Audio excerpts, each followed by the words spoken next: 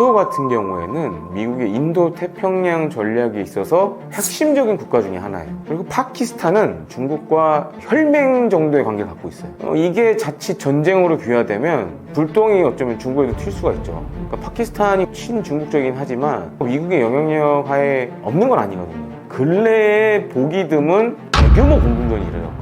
지금 인도 공군이 투입한 그리고 파키스탄 공군이 투입한 전투기가 한 120여 대에 달한다고 알려져 있고, 공중에서 이렇게 대규모 싸움이 나게 되면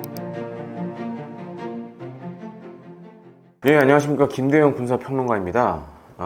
KD 패스 뉴스라는 군사, 방위산업, 국방 전문 인터넷 뉴스 채널을 운영 중에 있고요. 그 다음에 유튜브로는 대영제국이라는 유튜브 채널도 현재 운영 중에 있습니다.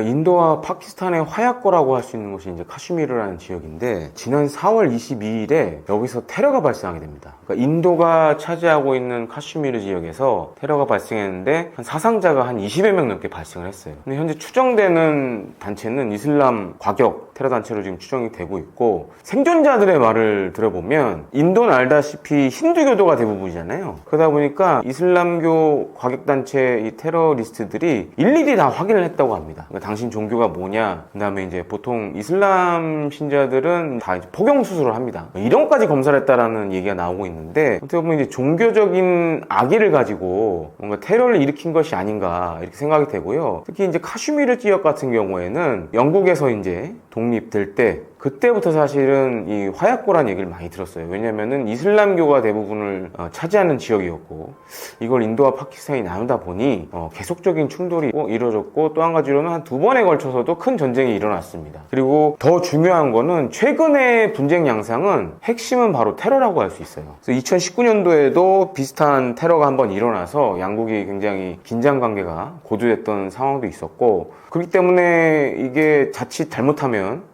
전쟁으로까지 커지는 거 아니냐, 이런 분석들도 많이 나오고 있습니다. 지난 5월 7일 현지 시각 새벽에 인도군이 파키스탄에 대한 일종의 보복 공격을 진행을 합니다. 그래서 신두르 작전이라는 이름으로 인도 공군의 전투기들이 대규모 출격을 하고, 또 한 가지로는 이제 그 자폭 드론 이런 것들도 많은 부분이 사용이 됐어요. 그래서 이제 파키스탄 주장으로 현재 한 5대 정도의 인도 공군 전투기가 요격이 된 걸로 알려져 있는데, 물론 요거 여부는 각국이 지금 주장하는 거에 따른 차이가 있어서 좀 신중하게 봐야 되지만, 일단 파키스탄 정부에 따르면 인도 공군이 갖고 있는 가장 최신의 전투기라고 할 수 있는 라팔 전투기가 그 중국산 전투기에서 발사된 공대공 미사일에 의해서 요격이 됐다고 전해지고 있습니다. 그래서 지금 굉장히 그 파키스탄이나 중국은 고무된 상황인데요. 왜냐면 이제 라팔 전투기 같은 경우는 이제 뭐 KF-21에 관심이 있으신 분들은 아시겠지만, KF-21의 어떻게 보면 이제 라이벌로 많이 언급이 되는 전투기고, 어떻게 보면 프랑스가 자랑하는 최신의 전투기인데, 중국산 전투기에서 발사된 중국산 미사일에 요격이 됐다, 지금 이런 얘기들도 많이 나오고 있고, 또 한 가지로는 격추된 라팔 전투기의 잔해가 또 발견이 됐어요. 지금 상당히 프랑스도 충격을 먹고 있고 인도도 충격을 먹고 있는 상황인데, 근데 여기서 이제 자칫 잘못하면 양국 다 지금 핵무기를 가지고 있습니다. 그래서 양국이 가지고 있는 핵무기를 좀 설명을 드리자면, 일단 미국 과학자 연맹에 따르면 인도는 한 172기, 그리고 파키스탄은 170기의 핵탄두를 보유한 것으로 알려져 있는데, 현재 공인된 핵무기 보유 국가가 5개 국가가 있어요. 러시아, 미국, 중국, 프랑스, 영국인데, 그 다음으로 이 두 나라가 가장 많은 핵무기를 가지고 있어요. 이 때문에 사실 이제 전 세계는 이게 자칫 통제가 잘못되면 대규모 핵전쟁으로 확대되지 않을까 하는 이런 우려의 시각으로 이번 무력 충돌을 지켜보고 있는데, 다만 이제 핵보유국 사이에서는 이런 게 있습니다. 그러니까 서로 상대방을 향해서 핵을 쐈을 경우에는 둘 다 공멸할 수 있기 때문에 그걸 보통 이제 상호 확증 파괴라 그러는데, 이런 그런 논리들이 있기 때문에 두 나라 모두 정말 최악의 상황이 아닌 이상에는 핵을 쏘긴 좀 어렵지 않을까, 좀 이렇게 보여지고요. 대신에 지금 인도군 같은 경우에는 앞서 말씀드렸던 이 신두르 작전을 계속 하겠다라고 지금 공개적으로 밝히고 있어서, 핵 무기보다는 재래식 무기를 이용한 교전이 서로 이어지지 않을까, 이렇게 좀 추정되는 상황입니다. 그런 일이 생겨서는 안 되겠지만 두 나라가 가지고 있는 핵무기를 서로를 향해서 쏘기 시작한다 그러면 아마 인도와 파키스탄은 지구상에서 거의 사라지지 않을까, 이런 좀 끔찍한 생각이 드는데, 단순히 이게 서로 사용할 경우에 인도 파키스탄만 피해를 보는 게 아니라 주변 국가들도 다 영향을 받습니다. 그렇기 때문에 뭐 그런 측면들, 그리고 서로 쓰게 될 경우에는 공멸할 수도 있다라는 그런 두려움이 있기 때문에 그리고 이제 그런 상황에 가면 안 되겠죠. 핵무기를 사용하는 순간까지 가면은 이거는 거의 양국은 거의 종말을 맞게 되는 상황이 올 수밖에 없기 때문에 거기까지는 가지 않을 것으로 좀 조심스럽게 예상을 해봅니다. 지금 잘 보시면 인도 같은 경우에는 미국의 인도 태평양 전략에 있어서 핵심적인 국가 중에 하나예요. 그리고 파키스탄은 중국과 혈맹 정도의 관계를 갖고 있어요. 저도 이제 중국에 살 때 많은 파키스탄 사람들이 일하는 걸 이제 보기도 했는데, 그리고 지금 파키스탄 공군이 쓰고 있는 전투기 가운데 두 종류가 메이드 인 차이나예요. 그게 이제 JF-17이라는 전투기가 있고, 또 한 가지로는 J-10CE라는 그런 전투기도 갖고 있는데, 아이러니한 게 이번에 앞서 제가 설명드렸지만은 프랑스 라팔 전투기가 이 중국산 전투기에서 발사된 중국산 공대공 미사일의 요격을 당하면서 중국 내에서 JF-17과 J-10C를 만드는 중국 항공공업 집단 이 청두 이 사업부가 주가가 한 20% 올랐어요. 지금 이번에 이런 실전 결과가 있기 때문에 향후에 좀 해외 수출이 많이 되는 거 아니냐, 이제 이런 얘기들도 나오고 있고, 또 한 가지로는 중국 입장에서도 지금 이제 인도와 국경선을 맞대고 있기 때문에 이게 자칫 전쟁으로 비화되면 불똥이 어쩌면 중국에도 튈 수가 있죠. 그렇기 때문에 상당히 좀 양국의 자제를 요청하는 상황이고, 뭐 미국도 비슷합니다. 4월 달에 이 테러가 일어났을 때 뭐 미국의 트럼프 대통령뿐만 아니라 EU 뭐 이런 데서도 상당히 우려를 표한다, 그리고 애도의 마음을 전한다, 이런 공식적인 입장들을 내놓았습니다. 그렇지는 않을 것 같아요. 왜냐면은 이게 예를 들어서 일종의 미중 간의 접경 지역에서, 만약에 미중의 세력이 접경 지역에서 일어났다라고 하면, 물론 이제 과거 우리나라 6.25 전쟁처럼 그런 형식으로 발전할 수도 있지만, 파키스탄과 인도는 좀 상황이 달라요. 그러니까 파키스탄이 그렇다고 친중국적이긴 하지만 그렇다고 미국의 영향력 하에 없는 건 아니거든요. 이제 과거 뭐 여러분 기억하시겠지만 2001년 9.11 테러 때, 9.11 테러가 일어나고 미국이 아프간 침공했을 때 파키스탄이 사실 주요한 그런 침공에 도움을 주는 역할을 해왔습니다. 그래서 이제 파키스탄 같은 경우에는 미국과 중국 사이에서 약간 이제 줄다리기 하는 것도 있는데, 그런 측면에서 봤을 때는 미국, 중국 다 이게 좀 크게 비화되면 서로 이 국익에 도움이 안 된다라고 지금 보고 있고, 그런 차원에서 상당히 인도와 파키스탄 양국에 자제를 좀 많이 요청하는 그런 상황입니다.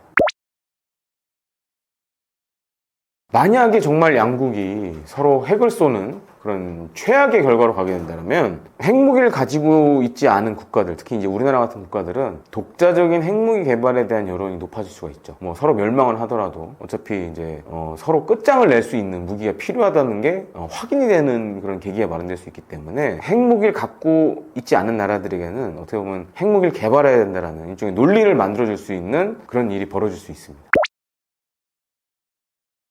따로 우리나라에 크게 영향을 미치고 있지는 않은데, 근데 이제 인도, 파키스탄을 왕래하는, 그리고 그 주변을 비행하는 항공기들은 영향을 받고 있어요. 근래에 보기 드문 대규모 공중전이 일어났거든요. 그러니까 뭐 지금 인도 공군이 투입한, 그리고 파키스탄 공군이 투입한 전투기가 한 120여 대에 달한다고 이제 알려져 있고, 그러다 보면 이제 공중에서 이렇게 대규모 싸움이 나게 되면 주변을 비행하고 있는 여객기들은 우회해서 다른 곳으로 가야 됩니다. 그래서 뭐 실제로 지금 이제 중동발 여객기들이 지금 영향을 좀 받고 있고, 예를 들어서 이제 과거 같으면 항로를 좀 단축해서 갈 수 있는데, 지금 그쪽 지역이 전쟁 중이다 보니까 그러면 이제 우회해서 돌아가서 가야 돼요. 그러면 이제 항공사 입장에서는 더 많은 기름을 써야 되고 시간도 많이 걸리고, 이런 거는 사실 지금 영향을 주고 있어요. 다만 이제 뭐 경제적인 충격이라든가 이런 것들은 상대적으로 사실 인도, 파키스탄이 세계 경제에 미치는 영향이 크지 않다 보니까 좀 우리에게는 체감되는 부분이 적다고 할 수 있겠습니다. 일단 우리나라 항공기 엔진의 역사에 대해서 좀 말씀드려야 할 것 같은데, 우리나라가 아직은 독자 항공기 엔진은 따로 갖고 있지 않습니다. 그동안은 사실 이제 외국산 항공기 엔진을 면허 생산을 주로 많이 해왔고, 그러면서 중요한 뭐 부품들 이런 것들도 지금 국산화를 상당 부분 했어요. 하지만 이제 독자 개발 엔진은 이제 시작하는 거거든요. 그래서 지금 목표가 우선은 그동안 과거에 그 미사일에 들어가는 터보 제트 엔진 같은 것들은 국산화에 성공한 적이 있습니다. 근데 항공기 엔진하고 미사일에 들어가는 엔진은 좀 차이가 있어요. 일단 미사일에 들어가는 엔진은 일회용이에요. 한 번 쓰면 끝나는 엔진이에요. 근데 항공기 엔진은 특성이 좀 다릅니다. 왜냐면 이제 우리 아주 쉽게 설명드리자면 자동차 엔진 같은 거예요. 그러니까 자동차 엔진도 어쩔 때 보면 출력이 높아질 땐 열을 많이 받고 그다음에 식기도 하고 이러잖아요. 항공기 엔진은 똑같아요. 그래서 이제 많은 열이 발생할 수도 있고 그게 또 빨리 식어야 되는 부분도 있고, 근데 잘못되면 엔진이 고장이 나거나 깨질 수 있겠죠. 그래서 이제 보통 그걸 장수명 부품류라고 많이 얘기를 하는데, 이런 것들을 지금 이제 하나 두 개 국산화를 해가고 있어요. 그래서 결국에는 우리도 항공기 엔진, 특히 이제 국산 터보팬 엔진을 만들겠다라는 게 지금 목표예요. 그래서 우선은 좀 추력이 작은 것부터 시작해서 지금 KF-21에 보시면 제너럴 일렉트릭이 만든 F414 엔진이 들어갑니다. 이게 대략 5,500파운드 정도의 그 추력을 갖고 있어요. 톤수로 환산해서 얘기해드리자면 한 2.5톤 이상의 추력을 갖고 있는데, 그런 엔진을 우리가 만들겠다라는 지금 목표를 갖고 있습니다. 근데 이제 지금 이제 F414 엔진보다는 미래에 쓰기 위해서는 성능이 더 좋아야겠죠. 그래서 차세대 엔진 기술을 지금 거기다 적용을 하려고 그래요. 그러니까 예를 들어서 뭐 연비를 향상시킨다던가, 또 한 가지로는 장수명 부품류들을 사용해서 엔진의 수명도 늘리겠다, 이런 목표들을 갖고 있습니다. 그래서 이제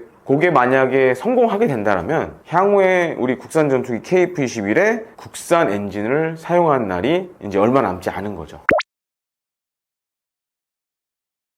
지금 사실 전 세계적으로 공중전의 트렌드가 바뀌고 있어요. 유무인복합이라고 많이 얘기를 하는데, 이제 예를 들어서 이제 KF-21을 예로 들자면 KF-21보다 먼저 무인 전투기들이 적진 깊숙이 침투해서 걔가 먼저 보고 알려주거나 혹은 공격 명령을 줘서 지상이나 공중에 있는 목표물을 타격할 수 있는 이런 개념들이 굉장히 많이 발전하고 있어요. 그래서 올해 우리나라도 그런 유무인복합을 할 수 있는 그런 전투기, 무인 전투기를 지금 시제기를 완성을 했거든요. 근데 이거 같은 경우에는 사실 지금은 국산 엔진을 사용하고 있지는 않아요. 외국산 엔진을 사용하고 있는데, 향후에 요건 먼저 국산화를 아마 할 겁니다. 왜냐면 이건 이제 5,500파운드보다 추력이 좀 약하기 때문에 한번 우리가 도전해볼 만한 과제일 수도 있고, 그걸 먼저 해보고 나서 이제 점점 추력을 높이는 거죠. 그래서 이제 5,500파운드를 목표로 지금 하고 있는데, 근데 지금 이 유무인 복합이 대세가 되면서 많은 나라들이 이런 무인 전투기를 필요로 하고 있어요. 근데 이런 무인 전투기는 한 가지 문제가 있습니다. 지금 이제 미국이 하고 있는 MTCR, 그러니까 미사일 수출 통제 체계라든가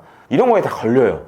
왜냐면은 무인 전투기 좀만 개조하면 순항 미사일을 쓸 수 있거든요. 그래서 탑재량이나 이런 것들의 제한이 굉장히 많고, 또 한 가지로는 외산 엔진을 달 때도 문제가 생겨요. 이 MTCR이 다 걸려요. 그래서 수출 승인도 받아야 되고, 또 어디에 쓰는지 용도도 다 밝혀야 되고, 이런 문제가 있기 때문에 우리나라 입장에서는 국산화하는 게 유리하죠. 그리고 우리가 만든 이런 무인 전투기들을 필요로 하는 나라들이 굉장히 많습니다. 그래서 시장성이 있기 때문에 우선은 이런 무인 전투기에 들어가는 엔진부터 국산을 하겠다라고 지금 목표를 잡고 있는데, 앞서 말씀드렸던 5,500파운드보다는 출력이 좀 약한 한 절반 정도 되는 그런 엔진을 우선 국산화를 하려고 하고 있습니다.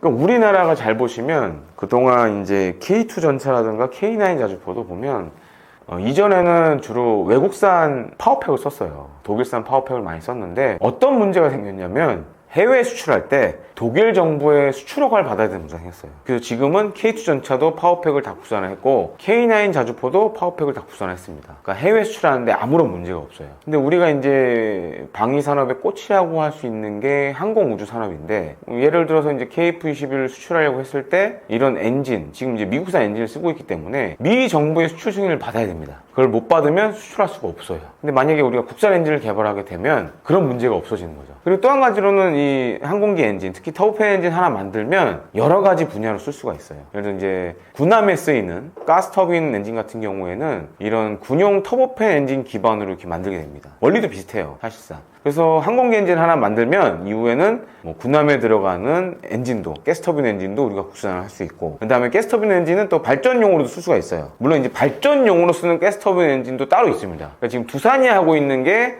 발전용 가스터빈 엔진이고, 그다음에 항공기 엔진 기반으로 한 가스터빈 엔진들은 크기가 작아요. 그러다 보니까 소규모 발전에 적합할 수도 있고, 아니면 이제 군함에 사용하는 데도 적합할 수도 있고. 그래서 어떻게 보면은 우리가 국산 항공기 엔진을 개발하게 되면 국산 항공기 수출에도 도움이 되고, 또 가스터빈이라는 새로운 군사적 용도로 쓸 수 있는 엔진도 만들 수 있기 때문에 기술적 난관 극복과 함께 새로운 시장이 열린다라는 그런 특성도 있습니다. 아직 된 게 아무것도 없어요. 자꾸 뭐 이렇게 모형 나온 거 가지고 뭐 다 된 것처럼 막 유튜브에서 얘기를 하는데, 이제 우리 시작하는 단계고, 또 한 가지로는 상대적으로 극복해야 될 기술적 난관들이 많이 남아 있어요. 그리고 이게 지금 이제 가장 중요한 문제는 항공기 이 국산 터보팬 엔진을 누가 만들 거냐, 두산이 할 거냐, 지금 하나에어로스페이스가 할 거냐도 결정이 아직 다 안 된 상황이에요. 그래서 이제 그런 누가 할 거냐 먼저 이제 결정을 해야 될 것 같고, 그 다음에 거기에 맞는 그런 장수명 부품류들을 어떻게 빨리 국산을 할 거냐, 이게 상당히 관건이 될 수 있고요. 또 한 가지로는 지금 세계 각국은 차세대, 선진국들 같은 경우는 차세대 터보팬 엔진들을 많이 내놓고 있어요. 기존 터보팬 엔진 대비 연비가 한 2배 이상 좋은 첨단 엔진들을 개발하고 있기 때문에 우리가 지금 항공기 엔진 국산화도 좋지만 차세대 기술도 여기에 또 적용해야 되는 그런 문제도 있습니다. 그래야 이제 세계 시장에서 경쟁력을 가질 수 있기 때문에 그런 점들도 우리가 이제 극복해야 될 과제라고 보여집니다. 당연히 영향을 주죠. 그동안은 외국산 엔진을 쓰다 보니까 외국 정부의 수출 통제를 받아왔거든요. 근데 우리가 이제 국산 엔진을 개발하게 되면 그런 부분이 없어지는 거죠. 그러니까 우리가 마음만 먹으면 어디든지 수출할 수 있는 그런 상황이 됩니다. 특히 이제 차세대 유무인 복합 이런 항공기들은 특히 중동 시장에서 수요가 앞으로 많이 일어날 걸로 생각이 되고 있어요. 그렇게 따져봤을 때는 국산화해서 우리가 그런 항공기를 팔게 되면 또 새로운 방위산업의 미래 먹거리가 될 수가 있고, KF-11도 지금은 이제 미국산 엔진을 쓰고 있지만 국산 엔진을 쓰게 되면 이제 미정부의 간섭을 받지 않기 때문에 뭐 여러 나라에 이제 수출이 가능해지죠. 그런 측면에서는 새로운 K방산의 미래 먹거리가 될 수 있다. 그리고 이제 단순히 항공기 엔진뿐만 아니라 헬리콥터에 들어가는 엔진들도 사실 파생되는 것 중에 하나예요. 엔진 하나 잘 만들면 할 게 많아요. 터보프롭 엔진 같은 것도 할 수 있고, 그 다음에 가스터빈 엔진도 할 수 있고, 그 다음에 일종의 보조 발전기 같은 역할도 할 수 있고, 지금도 사실 이제 KF-20에 잘 보면 이제 보조 동력 장치라는 게 있는데, APU라는 게 있는데, 요거는 사실 이제 하나 에어로스페이스에서 만든 보조 동력 장치가 들어가요. 근데 이것도 좀 항공기 엔진이랑 비슷한 그런 특성을 갖고 있는데, 그렇게 이렇게 하나, 두 개씩 하다 보면 KF-21의 국산 화율도 높아지고 또 새로운 미래 먹거리가 될 수 있어서 상당히 우리 지금 K방산에 기대가 되는 그런 중요한 분야라고 할 수 있습니다. 사실 지금 이제 뭐 미국의 관세 전쟁이라든지 제가 태어나서 가장 격변하는 국제 정세를 맡고 있는 것 같아요. 그래서 물론 이제 우리가 뉴스를 보면서 국제난을 잘 안 보는 경우가 많죠. 관심 없으면 잘 안 보는 부분이 많은데, 지금은 이제 필수적으로 봐야 되는 부분이 아닌가라고 생각이 되고, 특히 지금 트럼프 2기 행정부 들어서 우리 실생활에 영향을 주는 것들이 굉장히 많아지고 있어요. 뭐 아주 단적인 예로 이제 관세 전쟁이 큰 영향을 주고 있고, 그 다음에 미중 관계도 영향을 주고 있고, 그 다음에 안보적인 측면에서 봤을 때는 이제 북러 관계도 영향을 주고 있고, 그 어느 때보다 한반도가 지금 역동적으로 변하고 있는 상황이고, 또 한 가지로 이제 6월 3일날 우리나라가 이제 대선이 있잖아요. 또 새로운 정부가 출범을 하게 되면 아마 이런 좀 어려운 상황 속에서 대한민국을 이끌어 나가야 될 것 같습니다. 그런 측면에서 새 정부에 사실 많은 분들이 기대하는 것들도 많을 거라고 생각이 되고요. 그렇기 때문에 변화하는 국제 정세에 대한민국이 잘 대처해야 될 거라고 생각을 하면서 마음을 짓겠습니다.